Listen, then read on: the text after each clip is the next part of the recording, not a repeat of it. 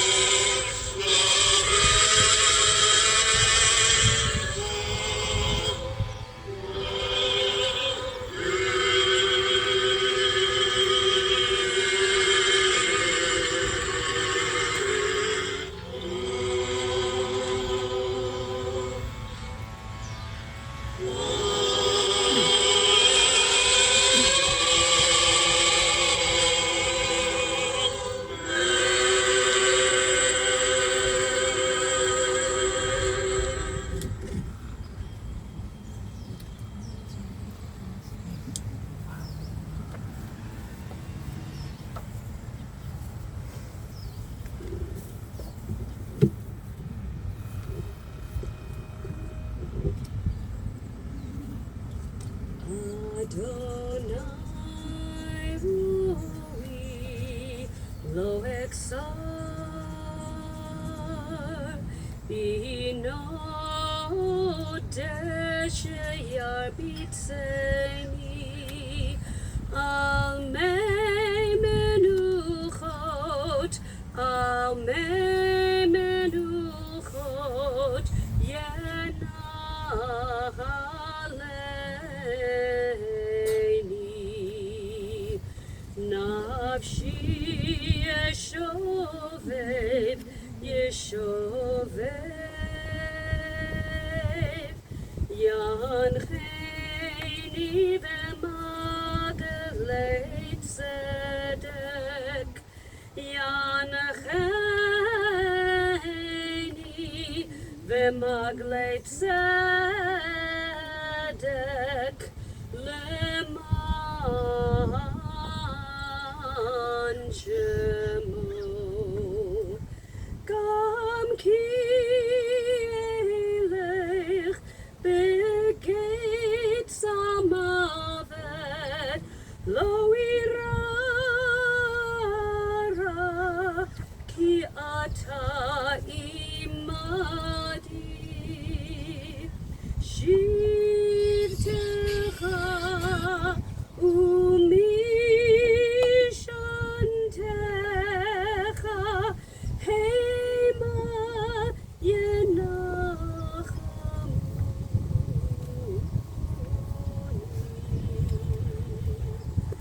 Taruch Lefanai Shulchan Neged Sorerai Dishanta Vashem en Roshi Kosi Revaya Oktova Chesed Yirdefuni Koyemechayai Koyemechayai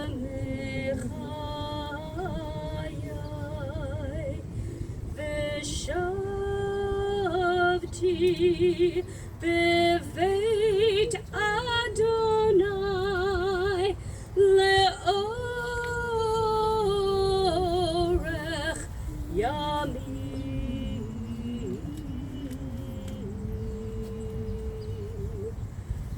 Adonai Lo exalt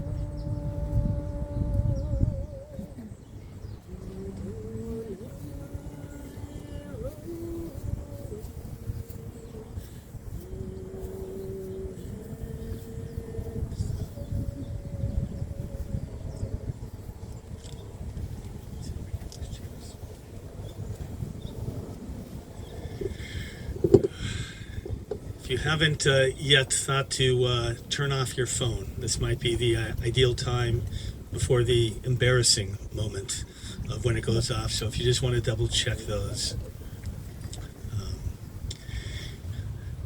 Rabbi Vogel and I had the privilege of knowing Sherri through the Hoish family and through the Lipman family, I guess, as well. Steve, you were part of our community as well, and having shared the B'nai Mitzvah of her grandsons, and seen the joy of life that she brought, now having the opportunity to meet her sisters and to really get a feel for her family.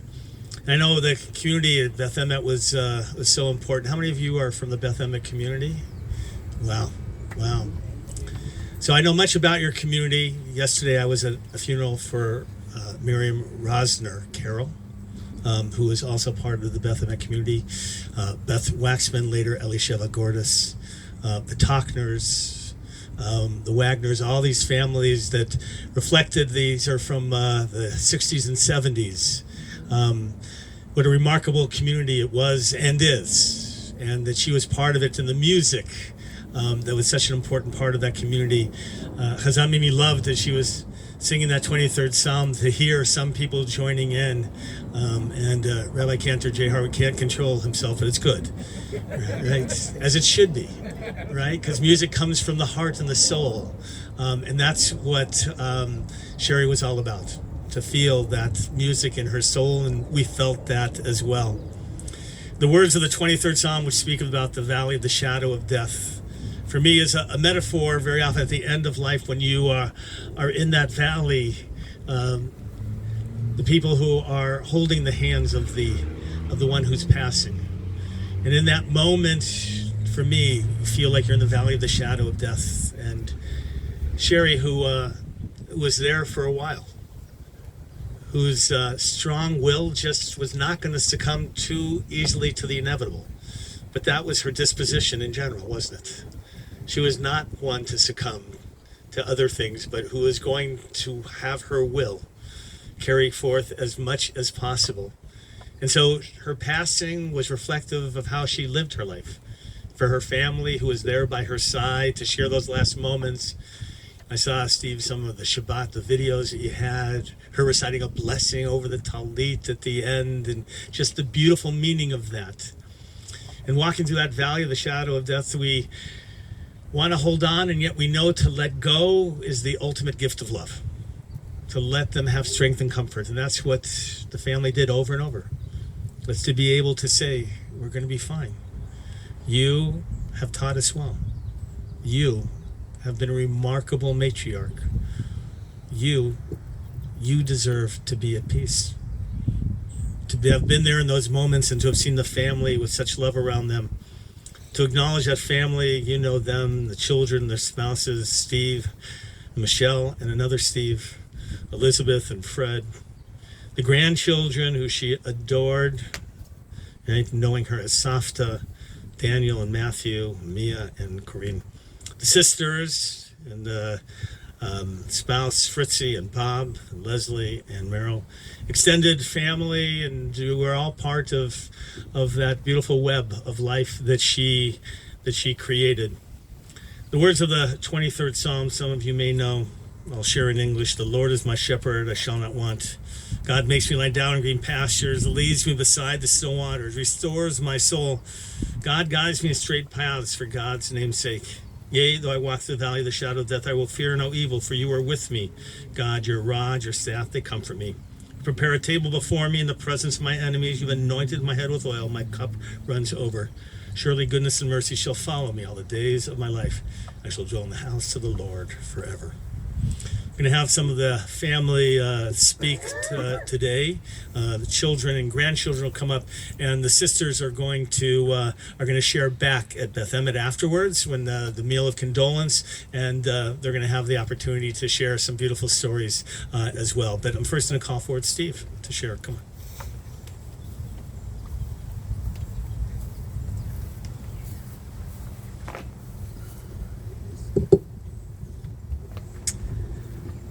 Well, as Rabbi Vogel mentioned, my name's Steve, and I'm Bernie and Sherri's oldest son. And even though I'm not supposed to say thank you, I'm going to break that tradition on behalf of all of my family, and thank you all for being here today, for offering this kavod, this honor, to my mom, and performing this tradition of chesed shel emet. It's an act of loving kindness that my mom can't possibly repay you, and it means a lot to me and my family. There's a piyut, or a liturgical poem, from the repetition of the Rosh Hashanah Musaf Amidah that's been kind of rattling around in my brain for the last several days. Now, nobody knows who wrote this piyut, and some ascribe it to the great Spanish medieval poet Solomon ibn Gviro. The words were adopted, actually, into a hugely popular song by the French-Israeli singer Ishai Ribo in 2020 during the worst of the corona pandemic. And it's also a very popular melody, and a peppy melody, that some communities sing when, let's face it, the horse is heading to the barn. And we've been sitting in shul for 3 hours on Rosh Hashanah, and all we can think of is, what's for lunch already? והטיו כל עבדיך ויתנו לך כתר מלוכה. We sing if you know it. ויתנו לך כתר מלוכה ויתנו לך כתר מלוכה ויתנו לך כתר מלוכה ויתנו לך כתר מלוכה. יא לה לה לה לה לה לה לה לה לה לה יא לה לה לה לה לה לה לה לה לה לה יא לה לה לה לה לה יא לה לה לה לה לה יא לה לה לה לה לה לה לה לה יא לה לה לה לה לה לה לה לה לה לה לה יא לה לה לה לה לה לה לה. The words are, and all shall come to serve you, meaning God, and they will grant you the crown of sovereignty. But that's not the melody that I had in mind. The melody that I had in mind was by the composer Louis Lewandowski, who was the music director of the Oranienburgstrasse Schule in Berlin from 1840 until about the 1890s. Which is not a bad gig for a Polish immigrant who had arrived in town with almost nothing. And if there was anything that my mom was known for, it was Lewandowski's beautiful, majestic melody. For decades, my mom and her friend Mark Feiner, who's over there, and Cantor Modell, who's also somewhere around here as well, and Andrea Feiner and others as well, would sing that melody with the Temple Beth Emmet choir behind them, and people would listen in reverence and awe, is the only word I could describe it. We really thought of it as Mom's song. Yeah.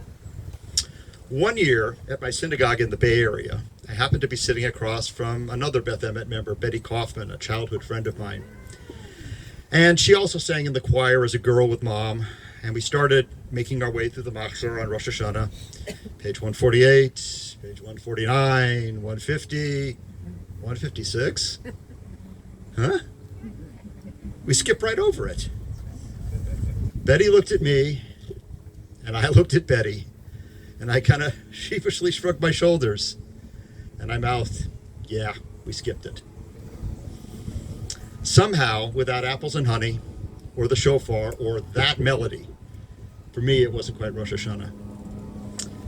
In fact, every year after Rosh Hashanah, on the first day, I would get home from synagogue from shul, and I'd call Mom up, and first thing I would ask her was, "Hey, Ma, how was Ve'etayu?" And then the most important question, "Ma, did you blow the rafters out?" And we both laugh, and we proceed to discussing what time they were leaving for Leslie's for dinner, or how the chopped liver was going. By the way, she hated liver, but she was a great cook of chopped liver. There were also beautiful melodies that I had been thinking about this week.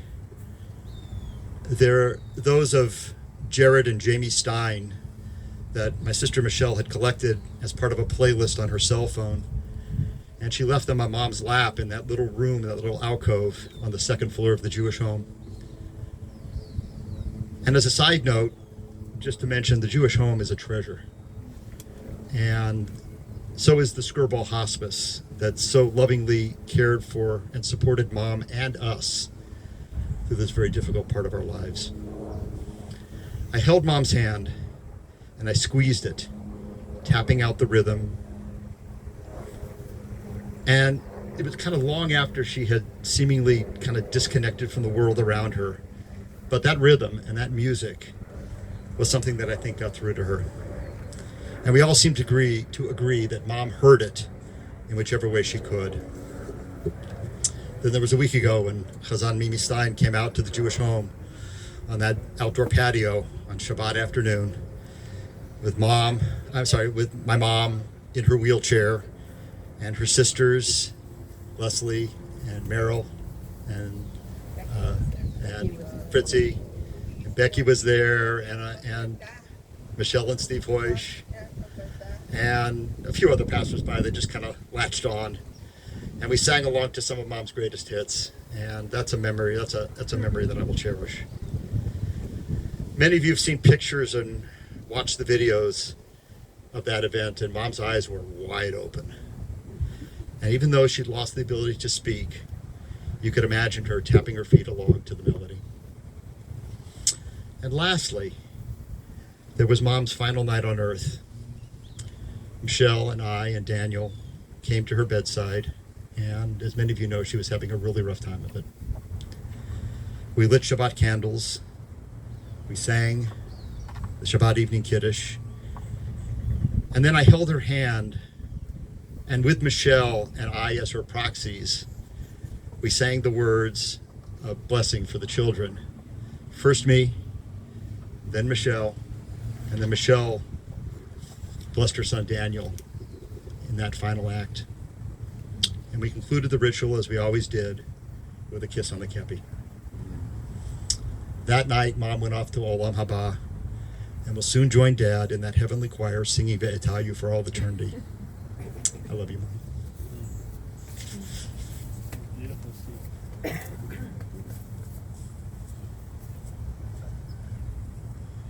Michelle?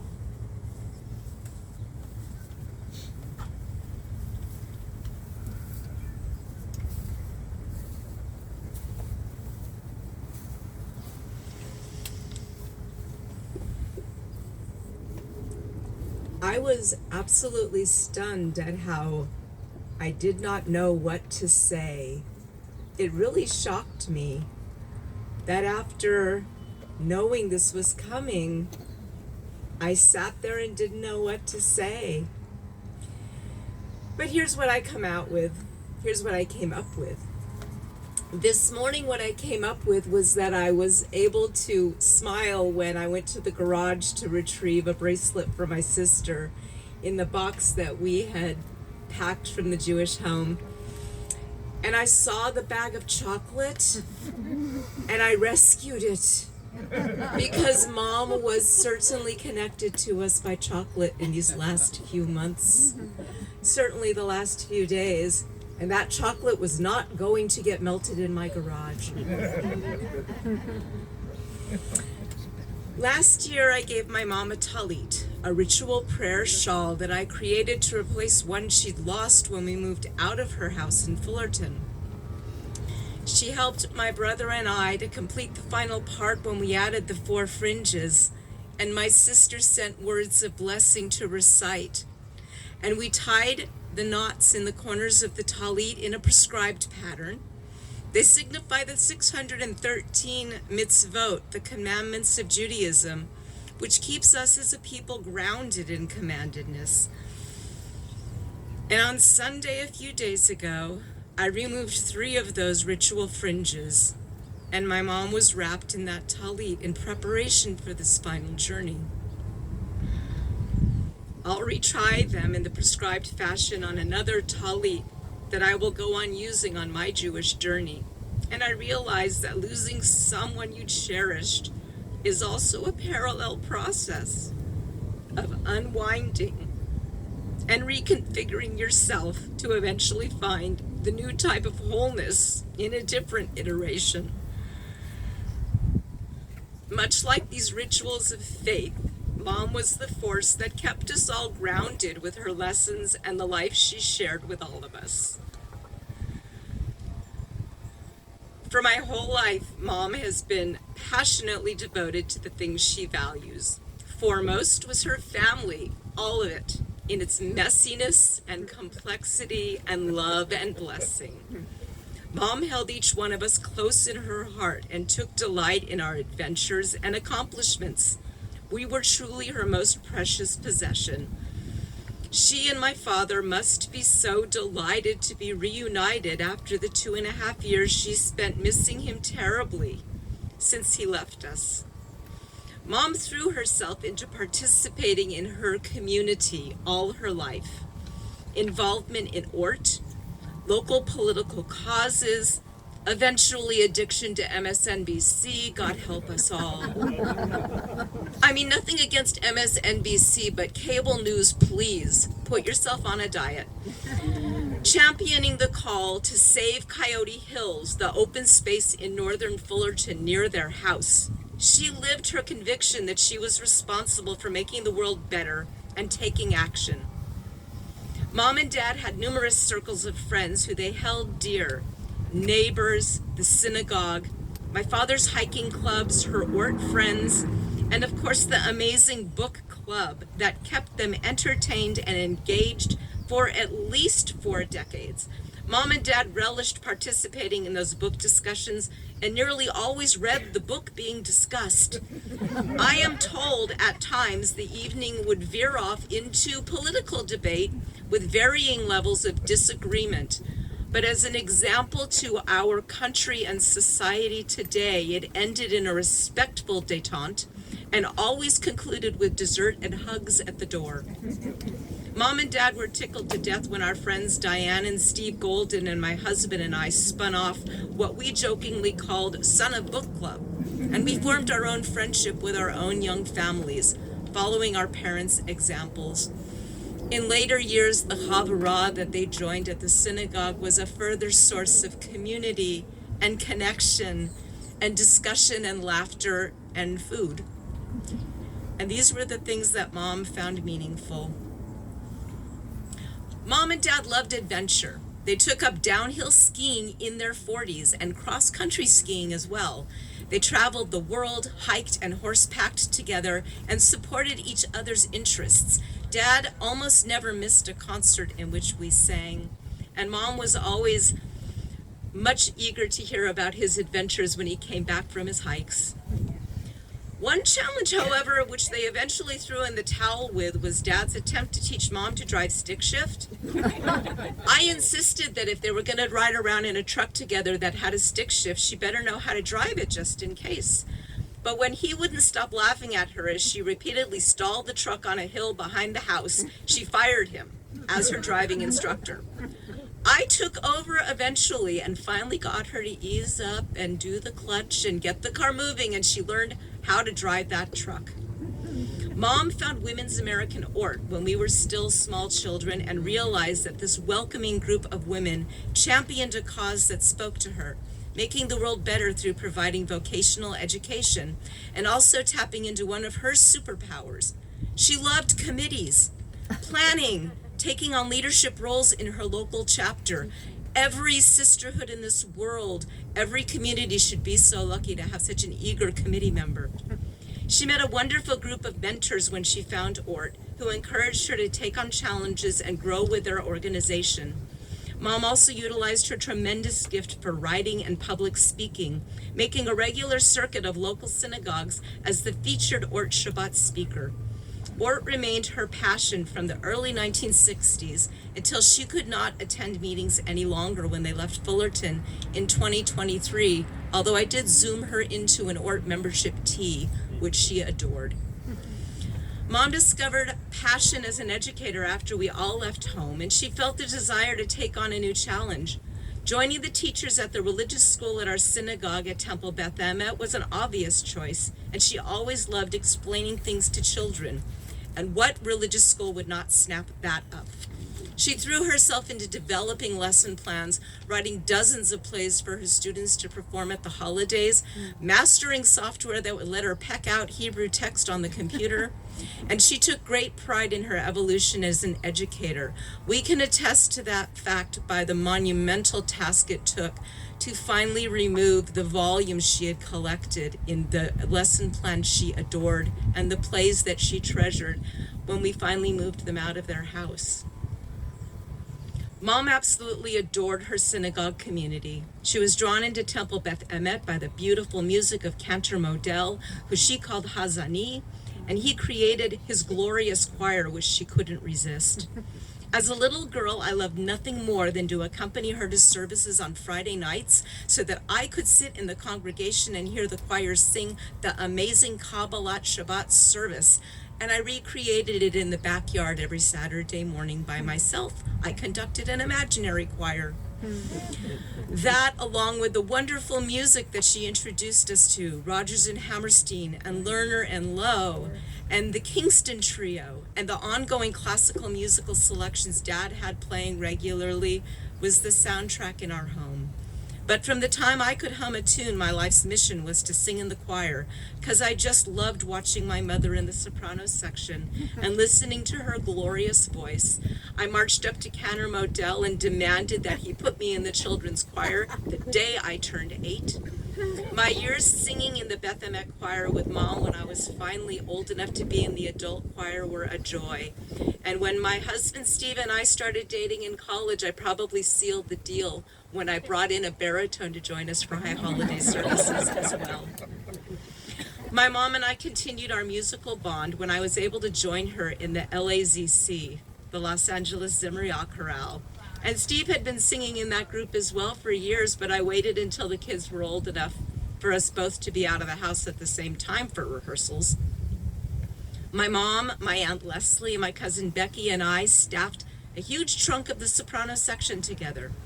I used to laugh with her about her carpool because she and Phyllis and Mike and Judy said they used to routinely solve the problems of the world while they traveled up from Orange County to Westwood to sing every week in this special community. One of her happiest places was in the front row of that choir, making glorious music for several decades, and as well continuing in the Beth Emet choir as long as she remained in Fullerton, even Zooming her into the high holiday services that one last COVID year. I'm still having a hard time settling into the path forward since Mom passed away last Saturday. But I know that I will, because I'll lean into the strength of her example. The blueprint for creating a life of meaning filled with the things that matter. And for all of us now navigating our lives without her present, the power of her love, the love she had for all of us, will help us chart our paths moving forward. Beautiful, beautiful. Elizabeth, come on.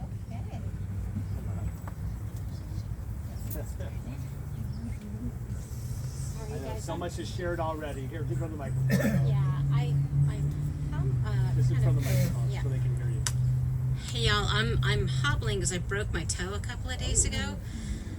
So yeah, don't ever leave your clothing on the upper landing. fold it, please. That way you won't, yeah. So I don't really have much else that hasn't already been covered. I live in Georgia, and I have for the last 19 years, so I didn't see firsthand a lot of the stuff that was going on, but I heard about it. And just like I did for our dad, I'll give it up to Michelle and Steve for being there. You know, I mean, I heard it, you know, all the way from where I live, but wasn't easy, you know. But I think Michelle talked about being 8 years old and marching up to the counter and saying, "Put me in, boss," you know. Well, I was just chronically hyperactive, you know, still am probably, but as a little kid, I would be there looking at, you know, who I thought was the most beautiful thing on earth, you know, and I'd be like, oh, she's so pretty, but I just couldn't sit still, you know. So I'd always go get up and run around to the back of where the choir loft was, and whoever it was that was standing there, I'd always ask, "Is my mommy here?" You know, "Is my mommy?" And Cantor Modell thought that was kind of cute. So when he'd call on Fridays to talk to my mom, I'd answer the phone and he'd say, "Is my mommy at home?" It terrified me, and I slammed the phone down every time he'd do that, you know. You know, but my mom explained to him, stop doing that, and of course you know. But I think you guys have all heard one of the things about my mom was that she, what did you call her, the chief of the animal tribe or whatever? She was a zookeeper, partly. She was the zookeeper. I mean, at 15 years old, I was part of the 4-H club, and I had horses and dogs and cats and everything, and I had the opportunity of taking on a little newborn veal calf, you know, but I didn't ask anybody's permission, you know. And so the teacher said, "Okay, so y'all, if you're gonna take a calf, just know you gotta have it slaughtered when he's like 6 months old." And I didn't hear that part, so I thought he was just such a sweet little Bam Bam bull calf. That's what I named him. And my mom had just, sorry, I'm really sorry I didn't tell you about this, but she had just taken my dad to the hospital for retinal detachment surgery. So she pulls up in the driveway, and I'm sitting there Indian style, you know, and I'm just like, yeah, so in the playhouse is a cow, okay? You know, and I guess she was distracted or whatever. She didn't, you know, she was like, "You did what?" And I'm like, "Well, I adopted a calf," you know.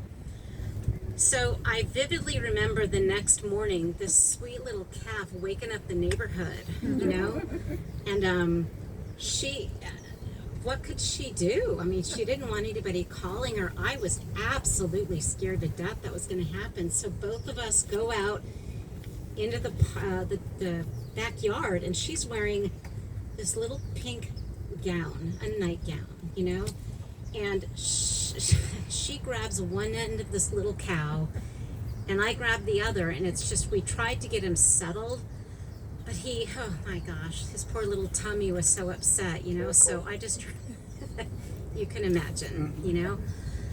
But, you know, that's my mom, you know. She put up with me bringing my horse in the house, you know, and that's no joke. I mean, I had a little filly, and I thought, you know, what's she gonna do, you know? So I let her wander in the back of the house, and, you know, nobody yelled at me, you know, and then she wandered back out, and, you know, but yeah, she was game. And I know that I gave them both a run for their money, and I know that they're, you know, they're with each other again, and that's basically what I have for y'all.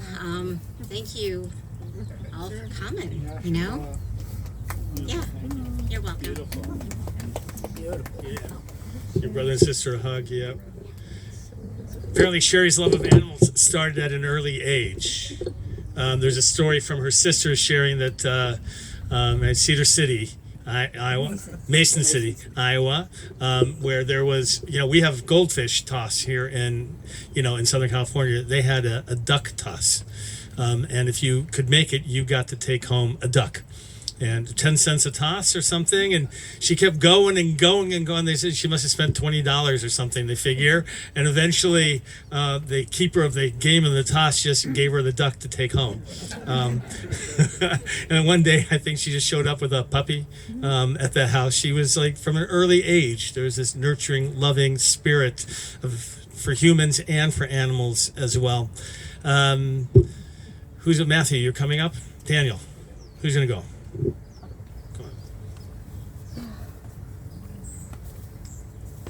Right. Hi, everyone. I'm Daniel. I'm the oldest grandson.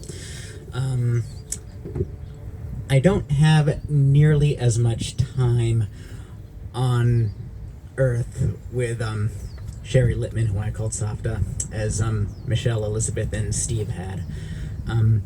Thinking back, I realize I'm not nearly as great at indexing stories in my head like other people are, so I think I'm just going to lead with this. I'm just a really lucky, fortunate guy to be a part of a family that has just been so engaged with their grandchildren. This has been probably one of my correlations with Safta. She has just been so fervently a part of my life for the last 32 years, and I'm having trouble imagining a life without any of my grandparents. It hasn't really hit me until just now, just how fast me and my brother Matthew lost all four of our grandparents between 2022 and 2025. We were very fortunate enough to have all four of them alive until we hit our late 20s and early 30s. But as I'm thinking right now, I've thought a lot about my favorite Shakespeare quote, or one of them anyway, about how we are just the stuff that dreams are made of. Pretty sure that's from The Tempest. That, or it's from Monty Python and the Holy Grail, but I'm pretty sure it's from The Tempest. I think a lot about what that means, and I suddenly realize that the memories that we all have fade away like dreams over time. So I think the purpose of this entire event is to learn how to concretize the memories of our loved ones that really matter. So when I think about that, I start to think that, yes, we are really all the stuff that dreams are made of. So how do we bring dreams into reality? By concretizing the memories that really matter. All I can say about Sherri Lipman is that I'm just so fortunate that we have a family that connects and relates to each other, and the love that she shared with us is... I never really thought just how privileged we all were to have someone like that holding our family together. Now I'm thinking back to a conversation that me, my dad, Steve, and Aunt Elizabeth had in the car about how so many other families will be at each other's throats. I'm sure you can all imagine. Someone may come to your head, but that's not our family. I'm just truly grateful that I had such engaging and loving grandparents that kept all of their grandchildren connected with their family, connected with them, a part of their lives until the very end. And now that I think moving forward, I suddenly think to myself, how am I going to concretize the memories that really matter? I think the ability to just bring a warmth and a light into the room and to create the atmosphere that brings everyone together into a sphere of community that really matters. That to me was Safta. And as I suddenly think about where my generation is going right now, I start to think about how uncertain many of us feel. I certainly feel uncertain. I suddenly woke up and realized, it hasn't hit me yet, but I'm moving to Hollywood at the end of this month, and so a lot to do, a lot to prepare for. And what can I take with me from all four of my grandparents? The ability to create community and to bring people together is something that, from what I've seen, is sorely lacking in my generation. Obviously, there are always exceptions, but when I think of how much time we spend glued to these stupid screens and these stupid time-wasting political squabbles, and while news and MSNBC may be entertaining and interesting, it's not the best way to connect hearts and minds and people and souls together. So the ability to bring so many people into a warm, hospitable, communal atmosphere during Hanukkah, Passover, to be a light in the room that is able to weed through the nonsense that really doesn't matter. I think that's an ability that we can all learn to cherish as we move forward to create the community in my generation that we seem to have lost. And so hopefully, when I think back on the memory of Safta, the memory of Sherri Lipman, I'll say to myself, this is someone who knows how to bring people together into a warm, welcoming environment, who doesn't judge or criticize, who loves you for who you are, and who wants to keep you a part of your life, a part of their life. I completely improvised this, by the way. Safta is smelling right now. Just so you know. Matthew?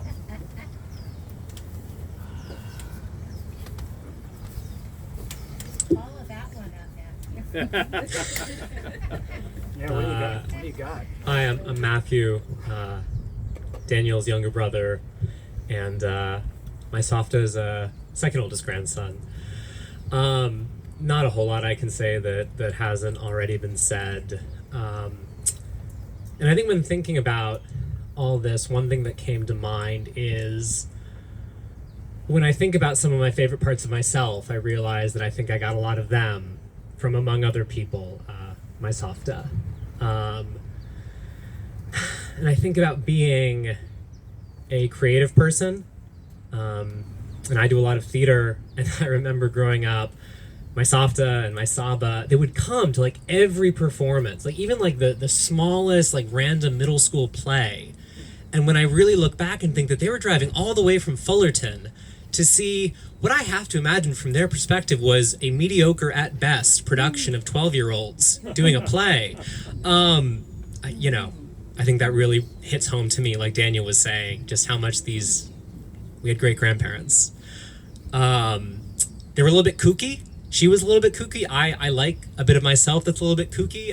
I remember one of my memories of Safta and my Saba, most of the memories kind of go hand in hand, is that, I don't know, maybe I was like 5. I think you were there too, Daniel. We were at their house, and I remember, I think Saba came in and said that this mysterious pirate had just shown up and given us a map. I don't know if you remember this. And we just went on, I don't know, like a total treasure hunt around their area. And we wound up like in a park down the way, and the map showed us there was a buried treasure there, and we had to start digging, and there were bubbles buried there. I mean, it was very exciting and surprisingly involved. and delightful. And then just the Jewish part.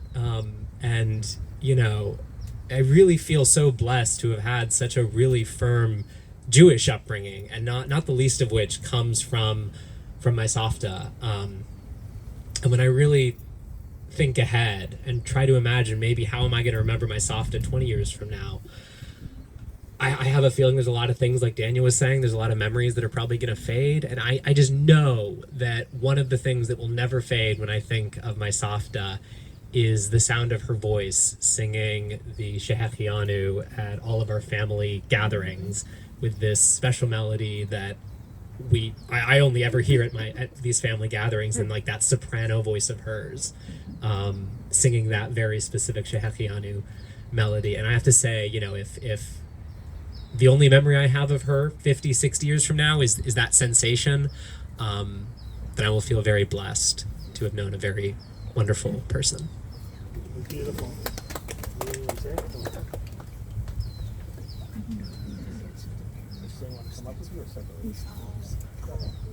She just left. Let him know.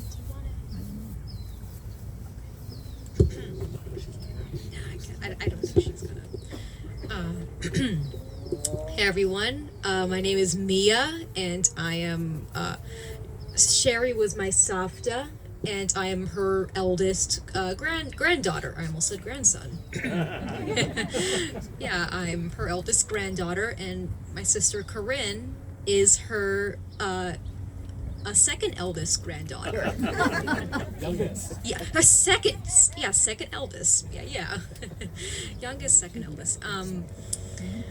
I wish I had more to say about her, because, well, our side of the family, like Elizabeth, my dad, me and Corinne, we all moved to Georgia. Well, we've lived in Georgia for most of our lives, and we would see Safta, you know, during summer vacations, maybe during the occasional Christmas or Thanksgiving, when, you know, they'd come over a graduation ceremony that I think they were both here for my when I graduated high school back in 2022, and I wish I had more to say, but I think it's just seeing how many people she brought together, the community she was a part of, and just how many lives she touched. I was not aware of how much good she had. I mean, like, that wasn't to say I didn't think she did any good, but yeah. Oh, she's evil. No, she did a lot of good, and it's really touching. Here, this morning, last night we spent the night at my Aunt Michelle's friend's house while we're here in California. And I was talking there's her friend, her name is Diana. I was talking to her about Safta, and she said that she had known her for a very, very long time. And I just remember, and she was getting choked. Last night, she came into the room I was staying in, and we were talking a little bit, and she just got so choked up talking about Safta, and I'm just thinking, I'm hugging her, and I'm just thinking, I did not know how much of a community how many people's lives she really touched. And I want to touch on something Daniel said in his speech. It's I can understand, you know, a little the fear of uncertainty, especially among a younger generation, that it doesn't always feel like empathy and willing to understand multiple truths and not think in a black and white lens is very common, or it's not very popular. So you're not going to have too many takers on that, but those that do, and just like I think having a community like the one Safta was in, it makes that a little more possible, just with talking with people of maybe of your ethnicity, and just understanding how wide and vast the world is, and that it's not complicated. There's for the longest time I didn't know much about my Safta, and I still, truth be told, I still don't. But coming out here and seeing all the lives she's connected with, and all the people whose lives she was a part of, it really is just eye-opening to just be like, wow, I didn't know any of this before. Like, I guess it's all so much more vast and fluid than I would know, and I want to help make that a better, a more like world for people. Just that sort of the one where you're not too afraid to like open up and maybe start doing things that are a little unnerving, or maybe you're not too sure about, but it just makes the world a lot more interesting, a lot more complicated, and that's just life. I think Safta represents that very well.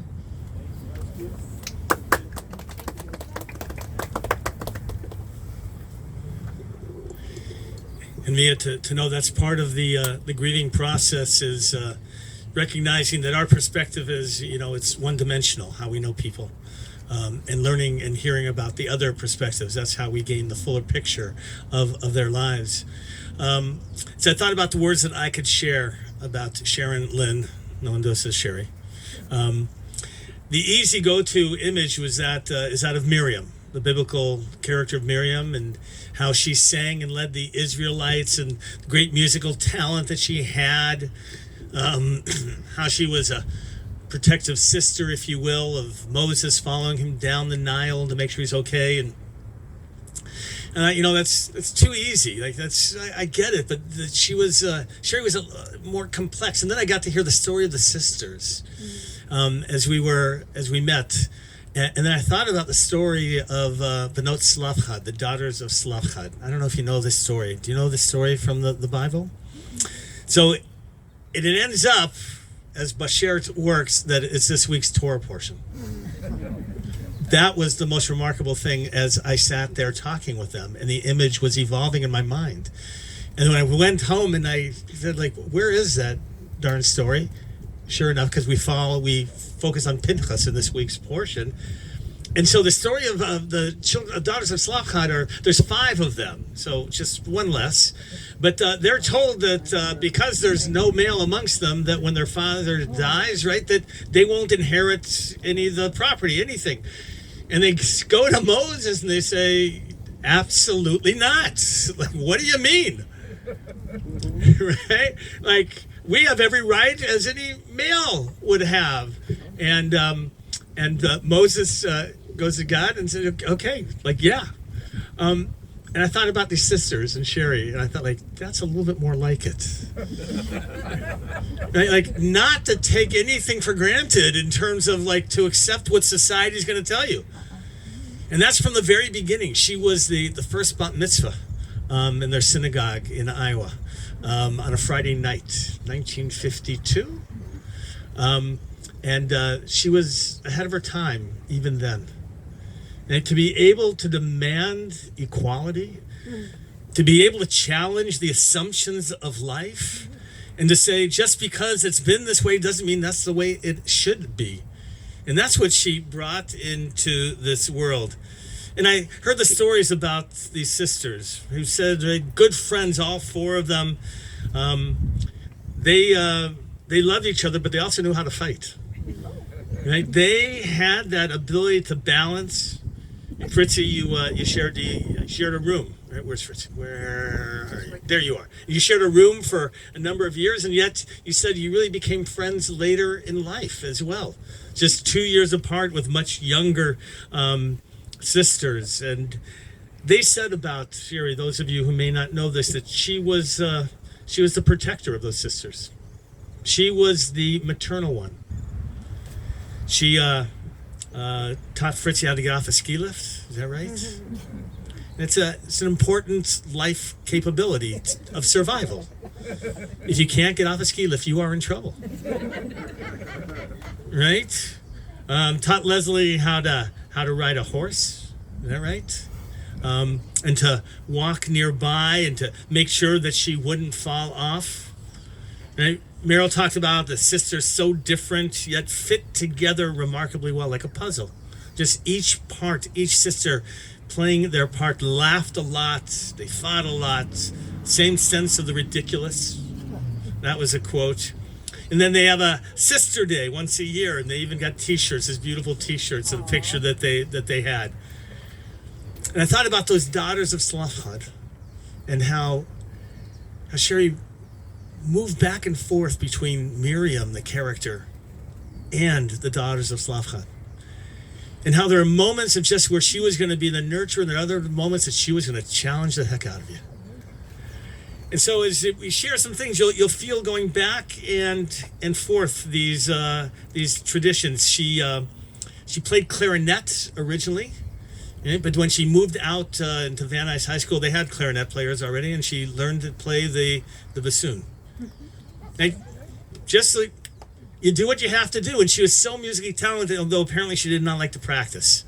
But she had that gift. And to be with Bernie through all the years in terms of the business and life, and to find her own way and her own passions. Bernie knew that first time that she was the one. But that's the lasting impression that she gives. When she is there, she is fully there. And you feel that you are the most important person. The music was such an important part of her life, and everybody has already mentioned that. And at the end, that's really what woke up her soul. Whenever there was a song on, when there was a prayer to be recited, that's where she would join right in, even if she couldn't communicate in the other moments. There was a deep part of her brain that was deeply connected. Steve, you shared with me the earliest memories of your mom singing, and your aunt said that they always remembered like music coming out of her room. That was just who she was. She had to have that music around early in life, and at the end, you played those videos and songs and those singing because you knew that that's what brought her comfort. That's what kept her in terms of this neshama of hers. Michelle, you talked about the mother who would take you to synagogue and sing in the choir, but you also talked about how environmentally conscious she was, and how important honesty and education and her affinity for Israel. Elizabeth, your story about a mother who was just a good sport, right? Like, she was going to go with the punches of life, unfettered, just what are you going to do? But the idea that she could encourage the people around her to find themselves, to be themselves. She was going to make sure that in the school district that did not have a lot of Jewish children in, that she was going to make sure that Hanukkah and other Jewish holidays were acknowledged. And so she was the latke lady. Right? When everybody's talking about Christmas and singing all these carols, she came in with those latkes to make sure that those children, the Jewish ones, could feel the sense of their identity, and the non-Jewish ones could learn. That's what she was about, connection and teaching. The Israel was so important.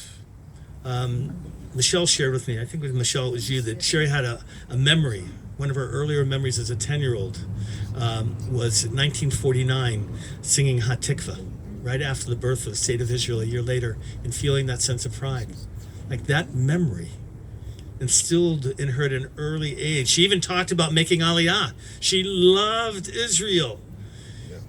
That's why she chose to be called Savta.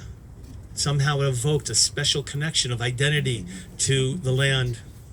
She loved camping, well, maybe more like glamping, but as her sister said, if one bag packed was good enough, then 3 had to even be better. She was not going to go unprepared for those trips. as an entertainer, to open her home. That's what everyone's talked about, and you really hit on it about community, the grandchildren as well, and to understand community doesn't happen by itself. And you spoke about, Danny, how challenging it is when a generation doesn't understand it. You have to work hard to create community, and she did. In so many areas of her life, she always wanted to feel that connection to other people. And so these daughters of Slavhud, what does our rabbinic tradition teach us about them? According to the Midrash, they were wise, white, righteous, and learned.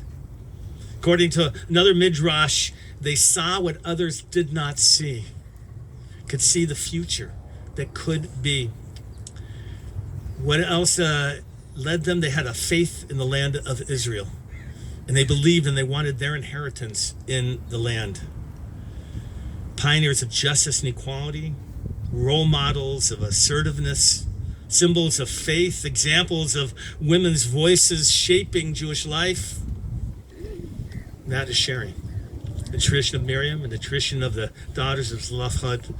Zichronah livracha, may her memory always be for a blessing. Let us all say Amen. Amen. We're going to lower the casket this moment. Bridget, wherever you are, and the workers, we're going to lower. Where is she? There. And as they do, Cantor Brooks and some members of the choir. I think you have some others joining you. All right, you're going to call them up in a moment. You're going to share a piece that particularly beautiful. Pitruli, you're going to share a couple words. We're going to lower the casket. We'll do the Kriya in a moment. We'll do the tearing. Then we'll place some earth. That's going to be the remainder of our rituals. Please. My name is Cantor Zev Brooks, and I sang with Sherri for 30 years in the Beth Avet choir. And in the youth choir prior to that, I sang with Elizabeth, wearing our white robes with these blue collars.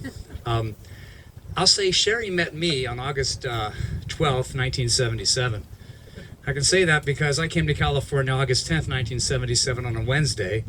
My father was the new rabbi at Temple Beth Emet, so I can assure you on Friday, 2 days later, we were there, and Sherri was singing in the choir. I was 10 years old. I remember, though, just like Michelle had that image of this choir, it was wonderful music. It was my favorite part of the service, frankly. And it was a glorious choir. And I just remember the impression that it made. And so not too long after, Rabbi Cantor Modell asked me if I would sing in the youth choir, and I did. If we had a captain of our choir, I think it would be Sherri. I really do. And I can tell you, I'm glad Michelle mentioned her ability to speak, because as a cantor of the synagogue, I'm there 30 years, week in and week out, and on occasion she would speak. I don't know whether it was for Ort or something.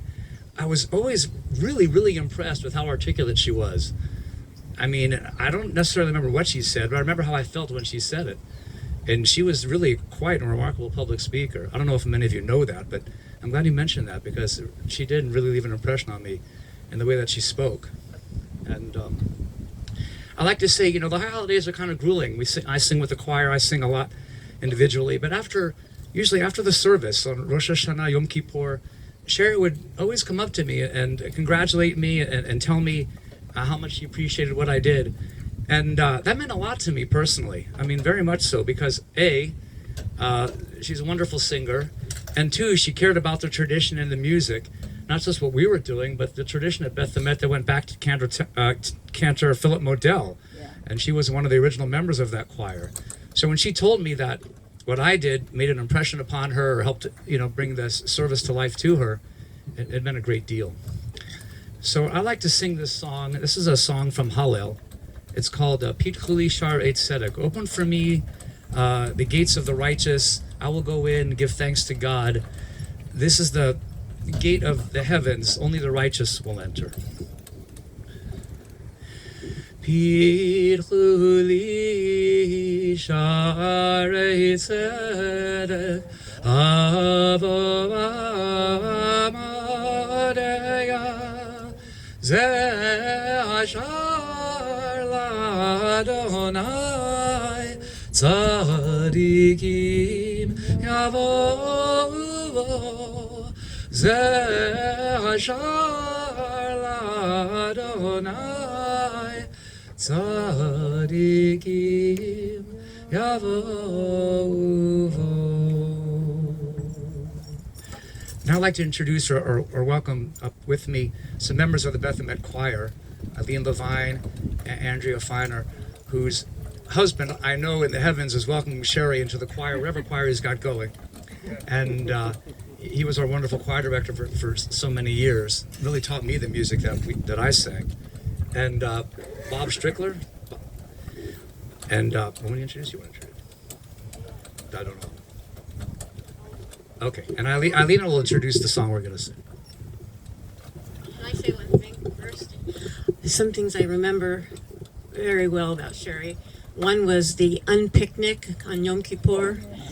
Yeah. Who remembers that? Absolutely. Yeah. Yeah.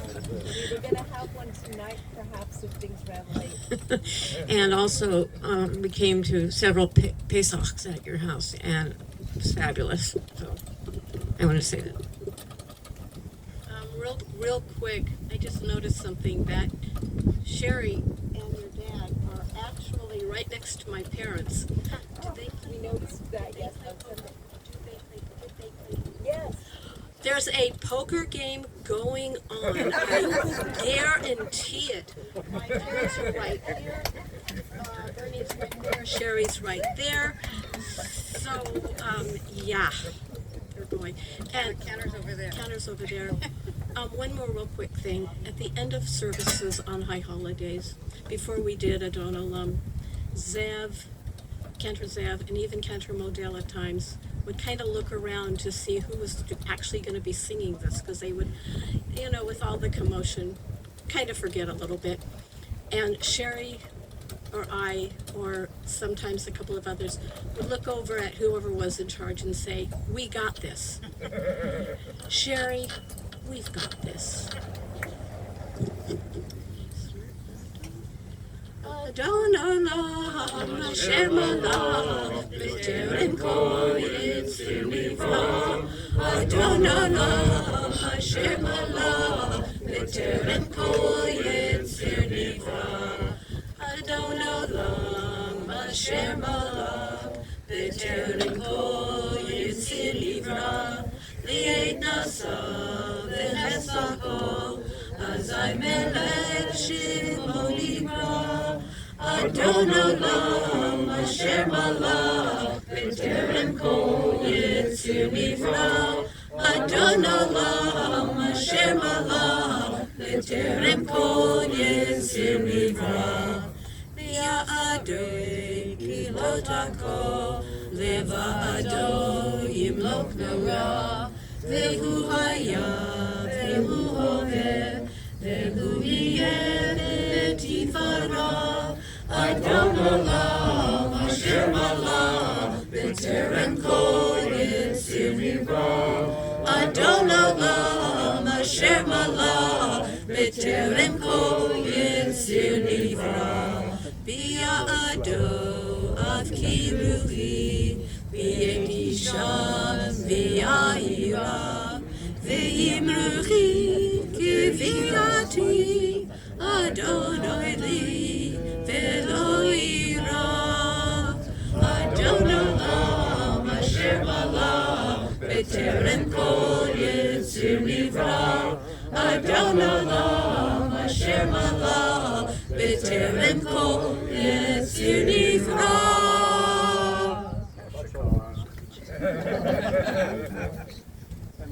Gets you hungry hearing that. That sounds like we're going to do the Kriya, and then we're going to do the El Male. So Elizabeth will join us over here.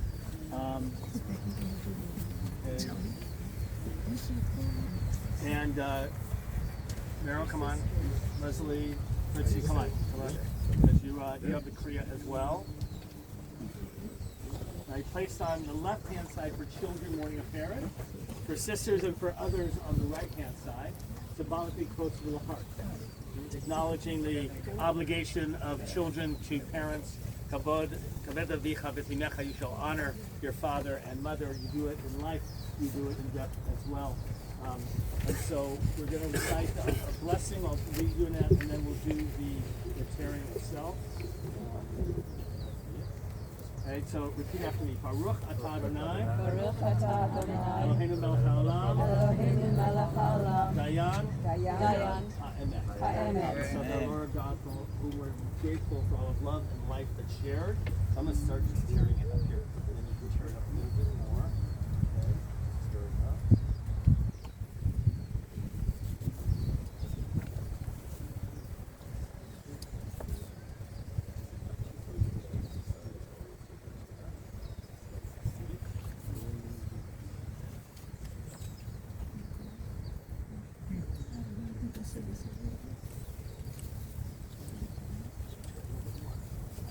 I ask you all to please rise to the El Male.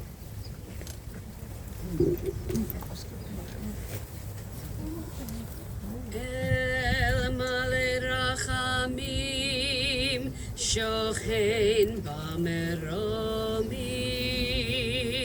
Hametzeh Menucha Nechona Tachat Kanfei HaShchina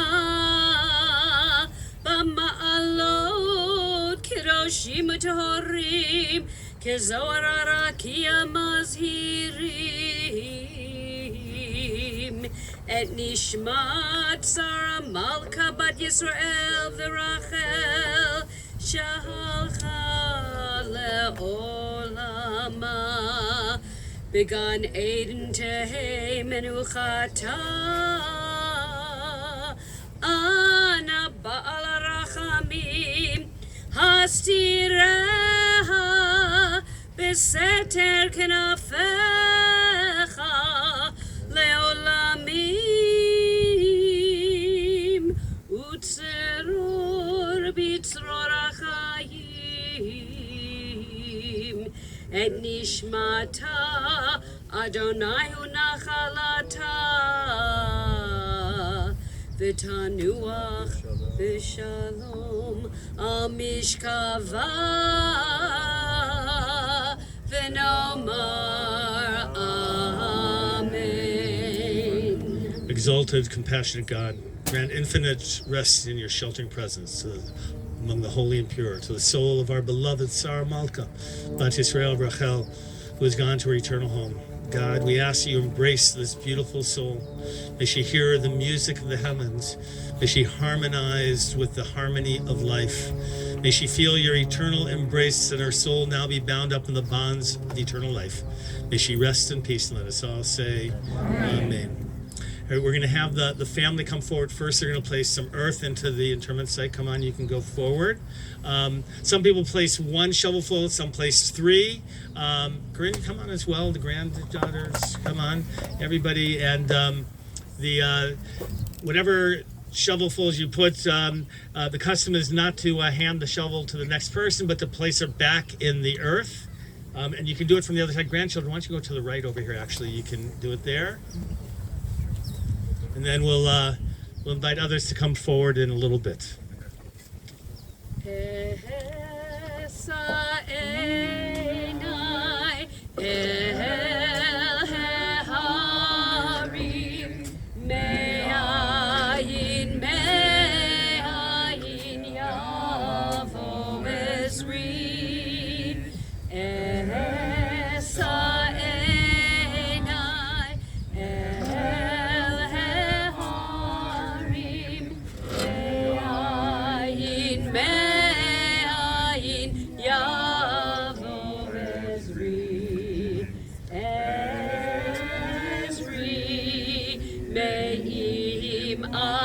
Adonai Oseh Shamayim Va'aretz Ezri Me'im Adonai Oseh Shamayim Va'aretz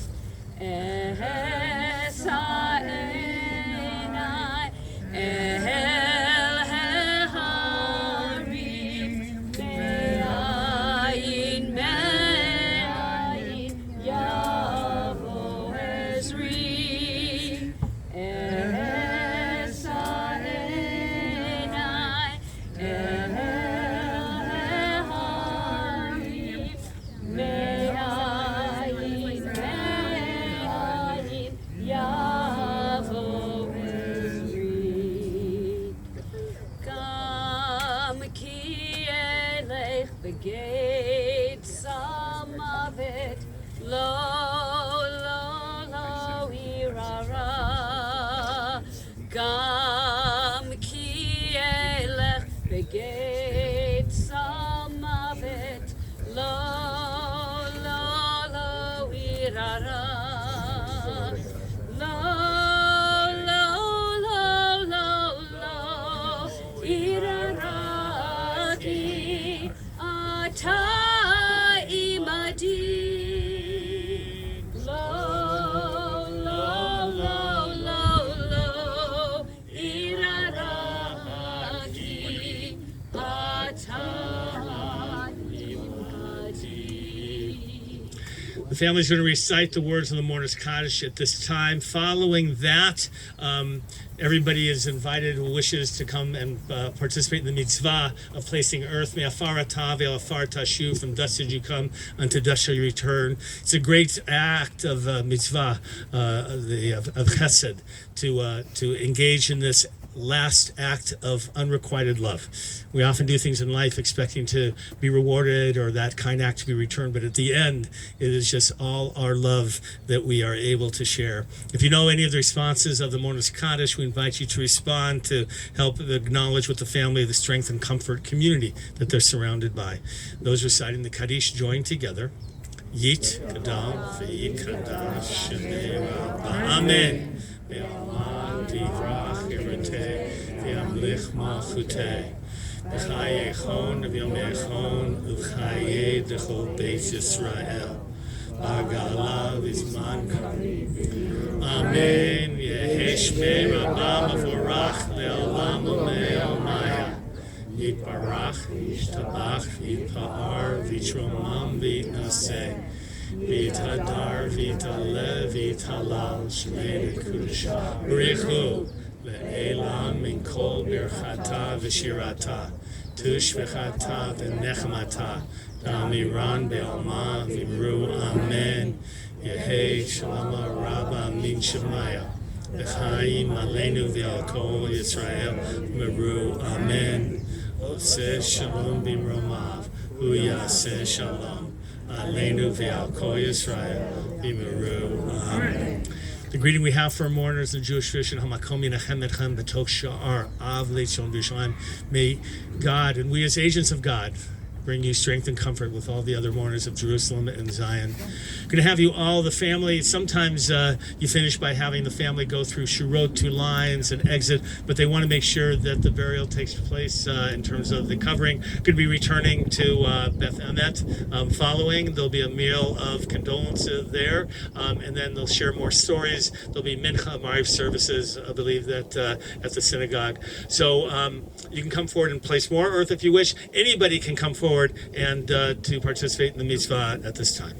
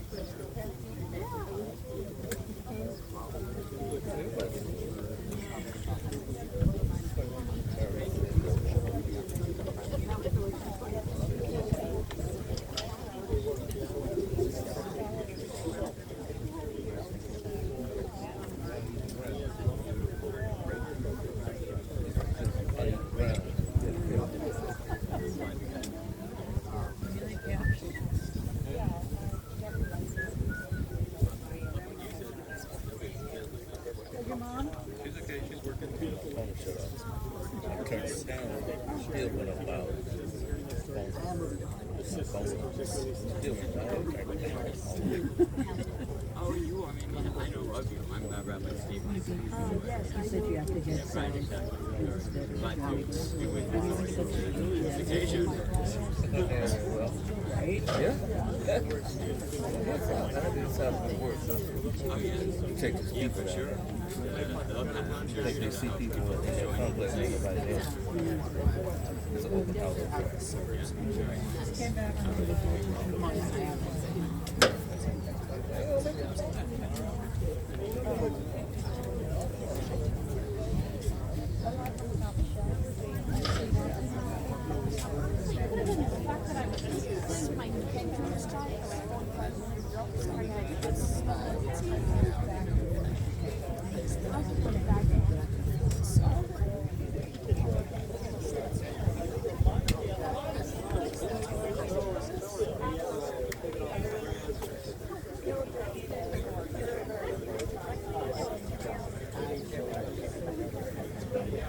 Thank you.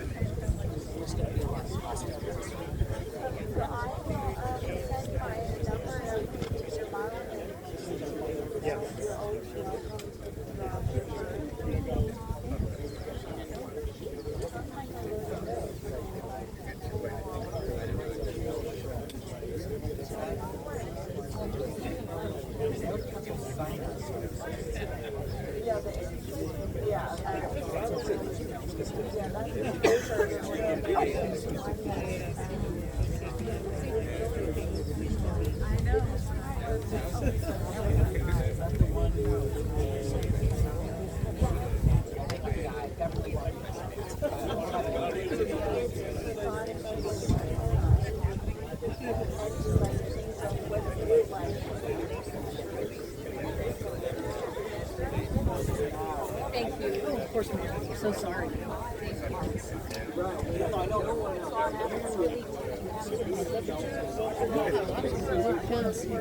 Good. Good singing. Martha's very nice too.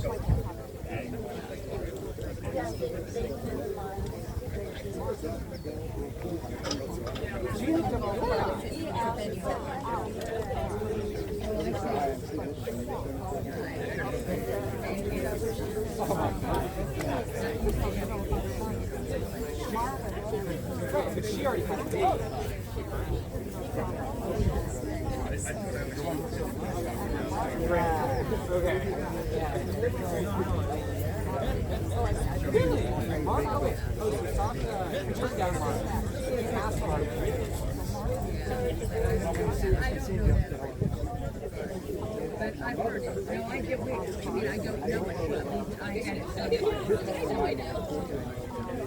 Yes, I have. I know what it is.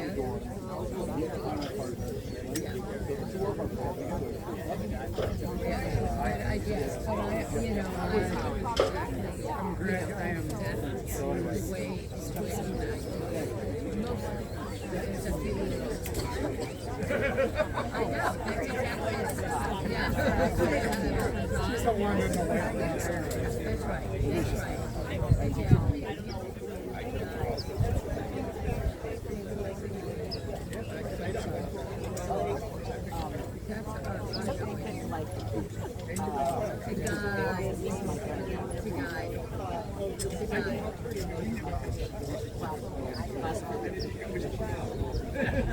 Yeah, I have a really hard time with people who want to see me do that. I just go, yeah, play interviews. Don't worry what I do. Just play when I do that, you'll get it. Right, but I've said it many times. I do it all. You know what I do. I've sung with you. Yeah, I've sung with you. Not too often because, you know. Well, that's right. Well, you really should. You know, that's right. There's consistency because I mean, sometimes they work together. There's the same person. Some Hazani be good musicians, and others sometimes they're not together. My mentor. Where's my phone? Where's my phone? And Tippa goes, did you make it? Yes, we did.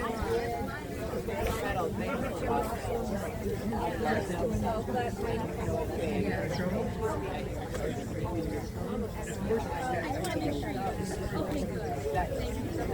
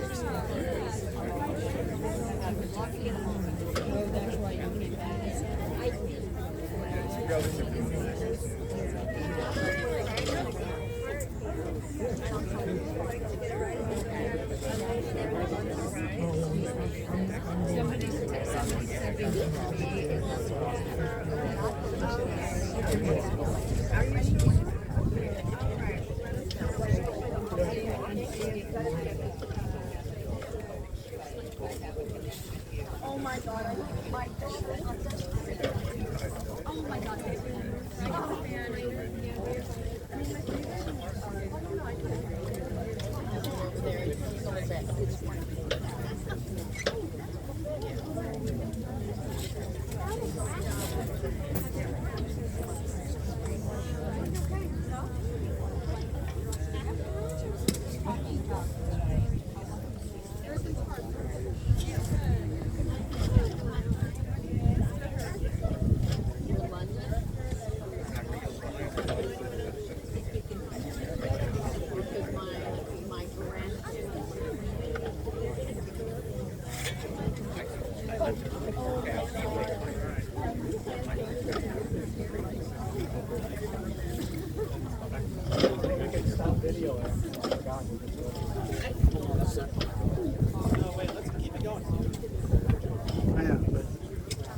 That's good.